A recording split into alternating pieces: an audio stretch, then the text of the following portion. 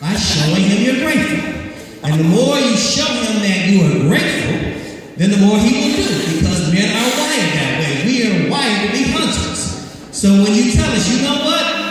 Thank you. I know you can do it because you've done it in the past, and there's nobody like you. There's nobody that can bring home the bacon like you. Just go ahead and do it. So the man will be like, really?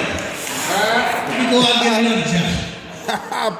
Be like, well, Leon, get multiple jobs. When you show God that you're grateful for what he's done, then God will look upon you and move you to your next level. But you have to show that you're grateful for where you are. How can you get the house if you aren't grateful for the apartment? How can you get the Maybach if you're not grateful for the Toyota?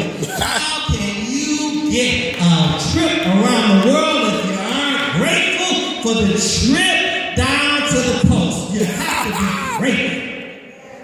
I say grateful. You see, when you are not grateful, then that is not a good thing. You have to be grateful.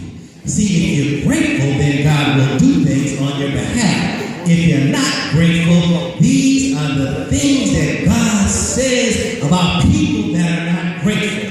In 2 Timothy chapter 3, verse 1, it says, this know that in the last days perilous times shall come, for men shall be lovers of their own selves. You see that now? Everybody loves themselves. Me, myself, and I. Me, I. Preach.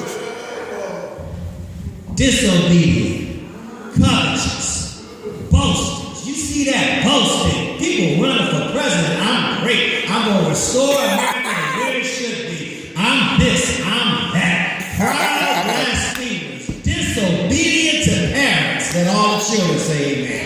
Unthankful, unholy, without natural affection, truth makers, false accusers, incontinent, fierce, despisers of those that are good. Wow. Traitors, heady, high-minded, lovers of pleasure more than lovers of God, having a form of godliness but denying the power thereof. That is what happens to people that aren't thankful. Preach. People that complain. Do you not know that God wiped out an entire generation in the wilderness because they complained? Preach. They complained so much, he said, wait a minute. I took y'all from slavery of what you prayed for, and I put you to the brink of the promised land, and you are complaining and throwing shade on what I've done. I tell you what, since you said it, you will have it. They said, oh, you just brought us out here to kill us. He said, oh, it's like that? Well, then it's like that. If that's what you said, that's what you pay. The work is closed. So be thankful. Everybody say thankful. Thankful.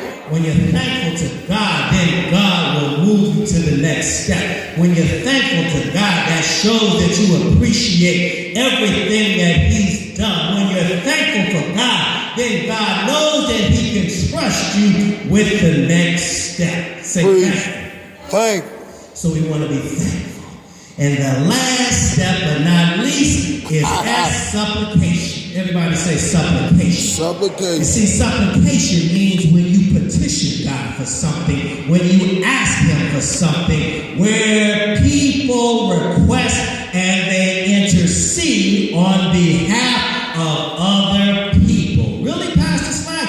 Yes, really. Why should we do that? Let me tell you why it is so important to ask God. Because if you ask him, he will do it. Really? Yes, really. Why? Because in James chapter 4, verse 2 says, ye lust and have not, meaning you want it, but you don't have it. Then it says, ye kill and desire to have, meaning that you plot and plan and manipulate to get it, but yet still you don't get it. Ye fight and war, meaning that you go to battle to get the things you want. But